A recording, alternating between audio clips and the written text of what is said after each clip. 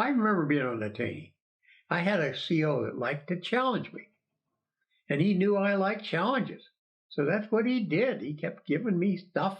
He put me in charge of the number one boat, and man overboard drill and that sort of stuff.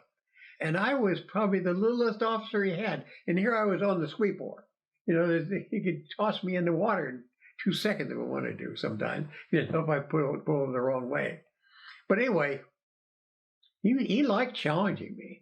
Kind of sorry he was letting me go.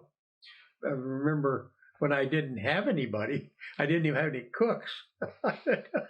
He said, listen to your people. I can't got any cooks to listen to. I didn't have any. Fortunately, I had this steward. It was on the ship with the CO steward. So we had a cook, but then it was not in our galley. He just helped with the galley. It worked fine, but it was.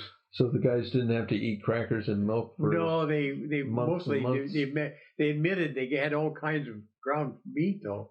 Every kind of meat almost came out ground because we didn't cut the steaks. You know, we mostly had hamburger and so forth. We had a meat grinder. In those days, you got a side of beef. You didn't get a box of cut beef, pieces and stuff.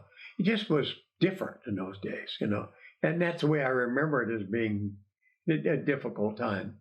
And then, of course, the thing that really tickled me was an interesting story was that after we got in the yard in the East Coast in Maryland, we got the East Coast people that were going to go on the ship.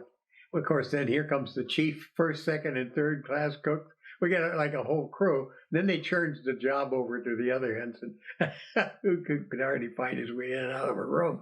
But he had now had all the talent he needed to run the galley. So I liked the challenge. I admit to that. I did. And and I enjoyed the whole aspect of that trip. We were short on people. You've heard me say so many times, I'd rather be short of people than over people. Because the crew does so much better. There's too many people looking for the job that doesn't need anybody to work. And pretty soon nobody's doing anything. They're all looking for that job. When in the other services, when they're preparing for the next war, they're all training. That's not as exciting as working a job, like a Coast Guard aviator or drug interdiction or whatever. We had a job that we were busy on, and usually with shorter people. So we were busy.